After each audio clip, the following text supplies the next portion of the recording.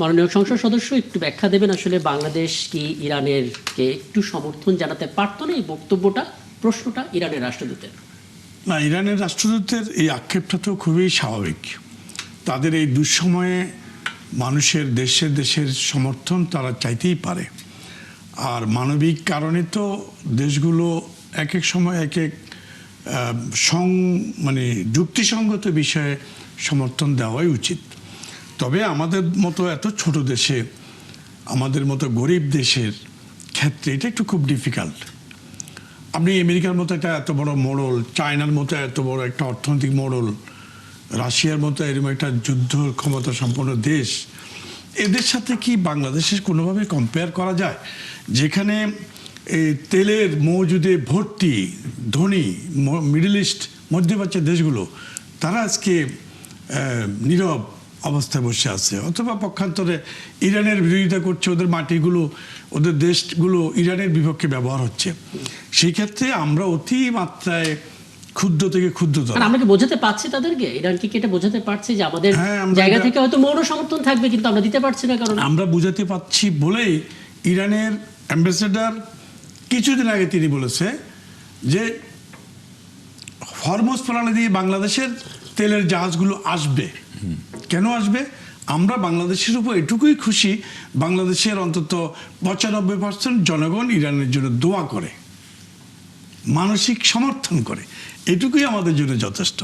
Iran এটুকু বলেছে, Iran মানে ইরানের রাষ্ট্রদূত বলেছে।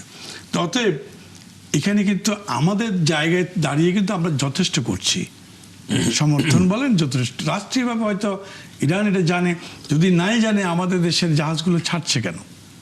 স্টেট টু স্টেট নেগোসিয়েশন একটা জিনিস, আর জনগণ থেকে জনগণের যে ইমোশন সেটা আলাদা। আমি একটু অধ্যাপক কাজী মাহবুবুর রহমান আপনার একটা ছোট মন্তব্য নিব। সেটা হচ্ছে নিউ ইয়র্ক টাইমসের একটা প্রতিবেদন আজকে আমরা দেখতে পেলাম, দেশের বেশ কয়েকটি গণমাধ্যমে সেটার বাংলা সংস্করণ প্রতিবেদন আকারে প্রকাশ করেছে। বলা হচ্ছে এত কিছুর পরও ইরানের অস্ত্র ভাণ্ডারে তেমন কোনো ক্ষতি করা যায়নি, বিধায় আসলে তারা এখনো সেই শক্তিটা জিয়ে রেখেছে। ইরানের অস্ত্র ভাণ্ডারের ক্ষতি করা যায়নি, নাকি আপনি যেটা বলছিলেন রাশিয়া চীনের প্রচ্ছন্ন সমর্থন, সেই সমর্থনের কারণে আসলে অস্ত্রটা তাদের দিক থেকে আসছে? আপনাকে আবারও ধন্যবাদ। আমার কাছে মনে হচ্ছে আপনার দ্বিতীয় অংশটাই বেশি সঠিক। মানে অস্ত্রের যে সাপ্লাই চেইনটা, এটা অটুট আছে বিধায় ইরানকে আপনি মনে করছেন সে অস্ত্র তার শেষ হচ্ছে না। আসলে বাস্তবতাটা হলো ইরান একটা মারাত্মক সমর্থন পাচ্ছে চীন এবং রাশিয়া থেকে, এবং তার অন্যান্য এলাই থেকে, ইভেন নর্থ কোরিয়াও।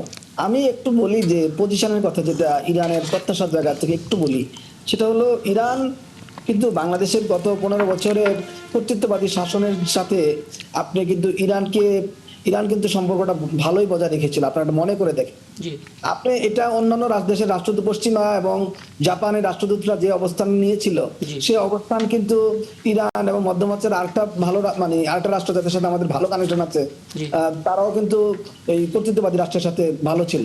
তো এটা কি আপনার পজিশনটা তো আপনি আশা করবেনই, কিন্তু আপনিও কিন্তু নিজের পজিশনটাও দেখবেন, ভারতের সাথে ইরানের সম্পর্কটা কত গভীর, এবং এটাও কিন্তু দেখতে হবে। মানে বৈশ্বিকভাবে দেখা যাচ্ছে কি, মানে মুসলিম বলাটার মধ্যেও কিন্তু কিছু মানে সন্দেহ আছে কিনা, যে এটা কি অ্যাডজাস্ট করছে কিনা, এটাও কিন্তু আমাদের মাথায় রাখতে হবে। আসলে আমরা কিন্তু সবসময় কি মুসলমানিত্ব দেখাই কিনা, এটাও কিন্তু দেখা। ধর্ম কার্ডটাকে ব্যবহার করে আসলে পুরো রাজনীতিটাকে বদলে ফেলার চেষ্টা হয়। আমি পয়েন্টটা ধরতে পেরেছি। সবশেষ একটা মন্তব্য আমি কাবুজি আপনার কাছে নিতে চাই। মানে ইরান জ্বললে মধ্যপ্রাচ্যে আগুন জ্বলবে, মধ্যপ্রাচ্যের দেশগুলো কি সেটা বলছে না? তাদের দিক থেকে নেগোসিয়েশনটা আসলে কোথায় যুদ্ধ থামানোর ক্ষেত্রে? সে পাকিস্তানকে এসে কেন মাঝখানে দাঁড়াতে হবে? পাকিস্তানকে দূর থেকে যে কেন এই মধ্যস্থতা করতে হয়, তার মধ্যে অন্যতম কারণ হচ্ছে পাকিস্তান পরমাণু শক্তির অধিকারী, একটা বুঝতে হবে। 2 নম্বর হচ্ছে এখনো পর্যন্ত সৌদি আরবে বা অনেক দেশে পাকিস্তানি সেনাবাহিনী দিয়ে তাদেরকেও পাহারা দিতে হয়, এটাও আছে তার ম্যান পাওয়ার দিয়ে।